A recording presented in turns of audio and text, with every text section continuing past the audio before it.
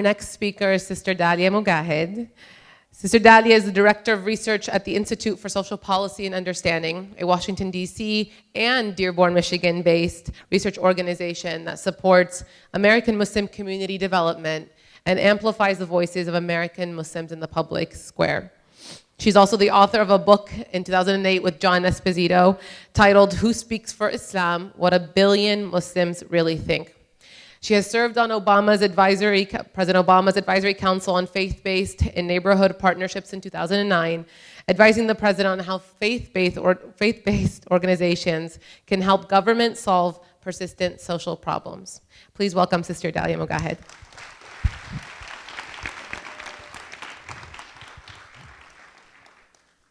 Assalamu alaikum.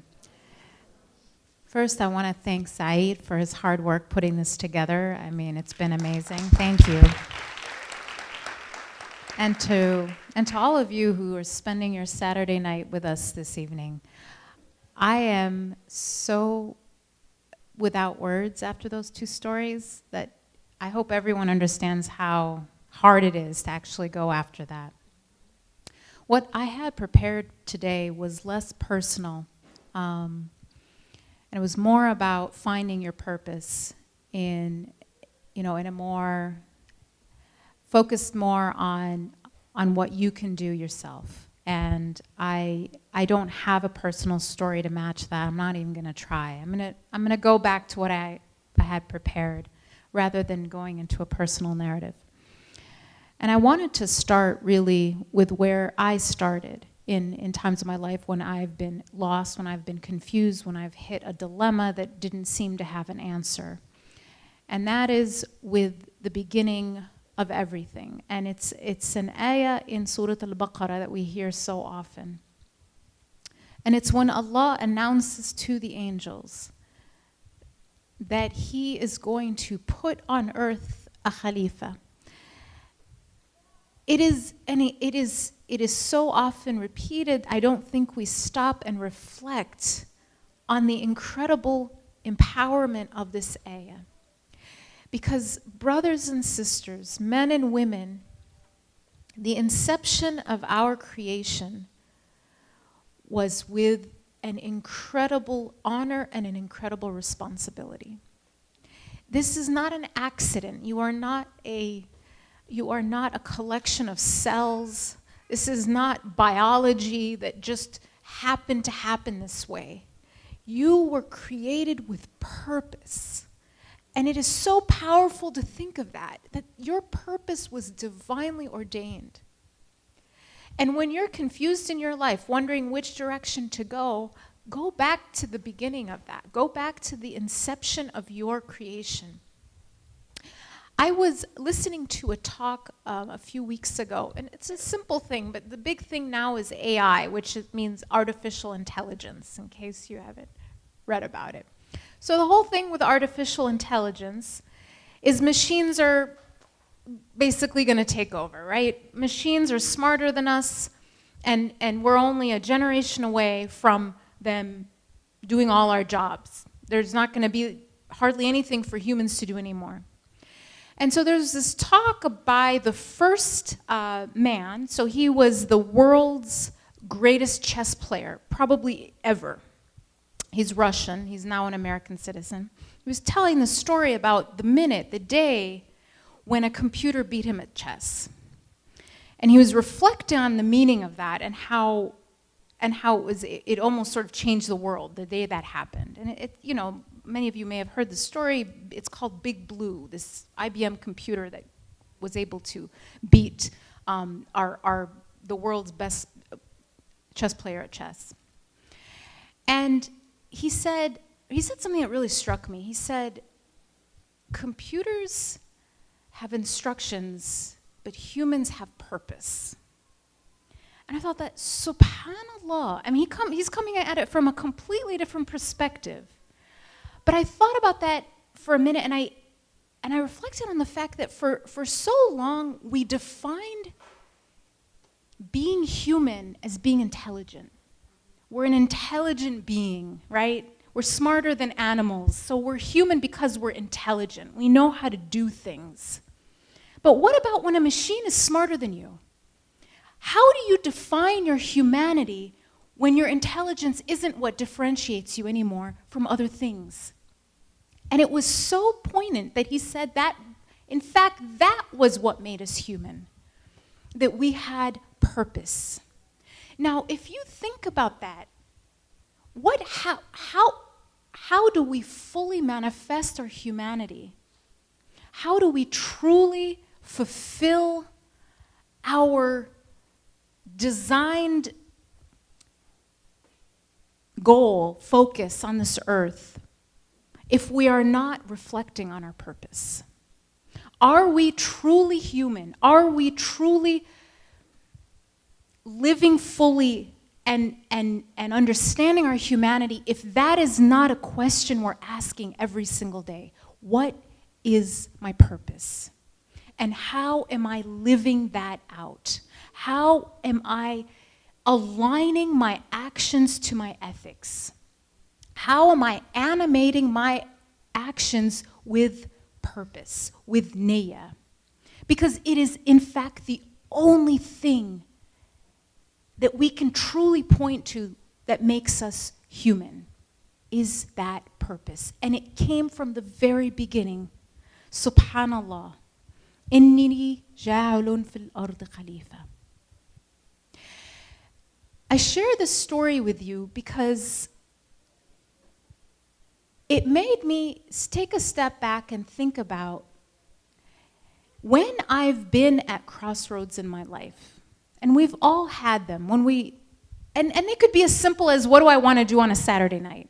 They don't have to be like huge decisions about your career or who you marry or who you don't want to be married to anymore. None of that. But in any decision you're making, that question should be somewhere in the back of your mind. What is my purpose?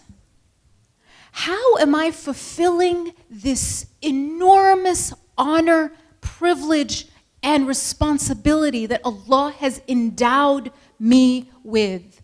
Every single one of you and me, our primary purpose is to serve Him. Before we're wives or husbands or daughters or sons or anything else, that is what we were created for.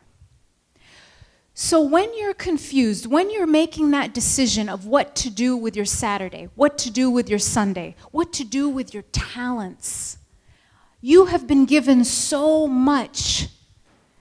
Every single one of you has unique skills that no one else has in that configuration. It is on you. It is incumbent on you. It is your responsibility to discover what that is, to hone it, and then to invest it in the way of Allah, to serve humanity, to serve God by serving humanity. That is how we fulfill our purpose, brothers and sisters. And even more importantly, that's how we show gratitude. You know, there's the ayah in the Quran, and I one time was speaking to a group of phenomenal students at Stanford. So Stanford is this crazy school. It's the hardest school in the world to get into. And a room full of talented, promising Muslim students at Stanford. I mean, the best of the best, the cream of the crop of our community. And I went to them, and they asked me to come speak. I'm like, you know what? I need to give you a completely different message than what you're getting every single day from your parents and from your professors. Here's my message to you. None of this matters.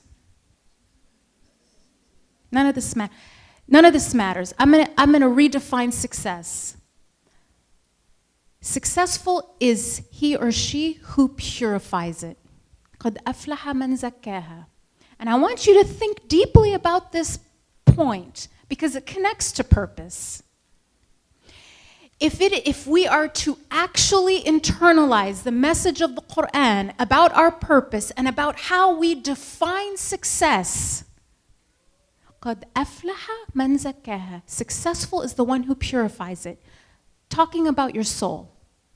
The purification of the soul is rarely in places where you're comfortable. And it is rarely in places where you're being lavished with praise. It's in the crucible of life. It's in the places where we don't want to be, where we feel that this might be a sign of God's wrath, where we are confused, where we want to quit and we want to cry and we want to dig a hole for ourselves and hide from the world.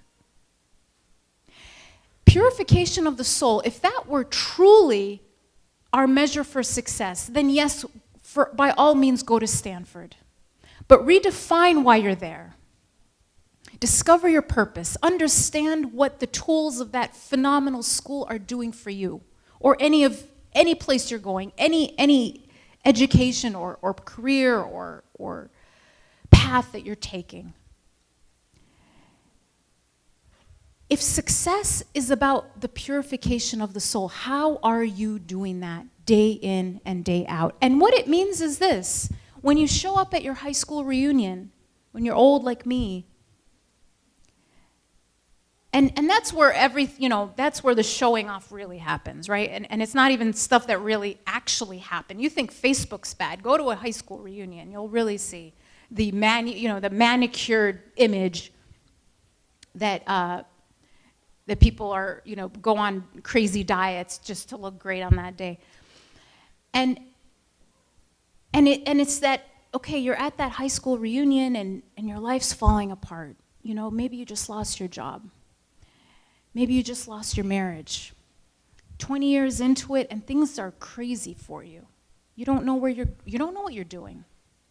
But you've just spent the past 6 months in deep reflection, in deep soul searching, and you have come to a place you've never come to before. Because if you think about, and I was just talking to my son about this in the car, when are the times when you felt closest to Allah? I guarantee it was not when things were comfortable, at least not me. If you can attain that sweetness of dua when things are great, then wallahi, I have so much admiration for you, and I wish I could learn from you how you did that. For me, that's just not how it works. It's when I've run out of ideas, and I'm broken and I'm desperate. So if you go to that high school reunion and that's the place you're in, and you've tasted your brokenness, you've discovered your desperation and your need for Allah, you're the most successful one there. That's how it works. That's really how it works. And that was my message to these Stanford kids. I'm like, none of your parents are going to tell you this, and they won't like this message, but that's how we all have to define success. Because we've been defining it all wrong. And because of that, oftentimes our purpose is confused, and we don't fully realize our humanity. We don't fully realize our responsibility and our duty on earth as Khalifa. And subhanAllah, the question of the angels, questioning God, subhanAllah, why? Why would you do that? It's something we could talk about for so long, the fact that the chosen creation are ones who are capable of disobedience. And the profound beauty of that because we have choice, because we can do wrong, our virtue is that much more valuable. Freedom is a prerequisite for faith. Anyone who tells you Islam doesn't understand freedom doesn't understand Islam. Yep.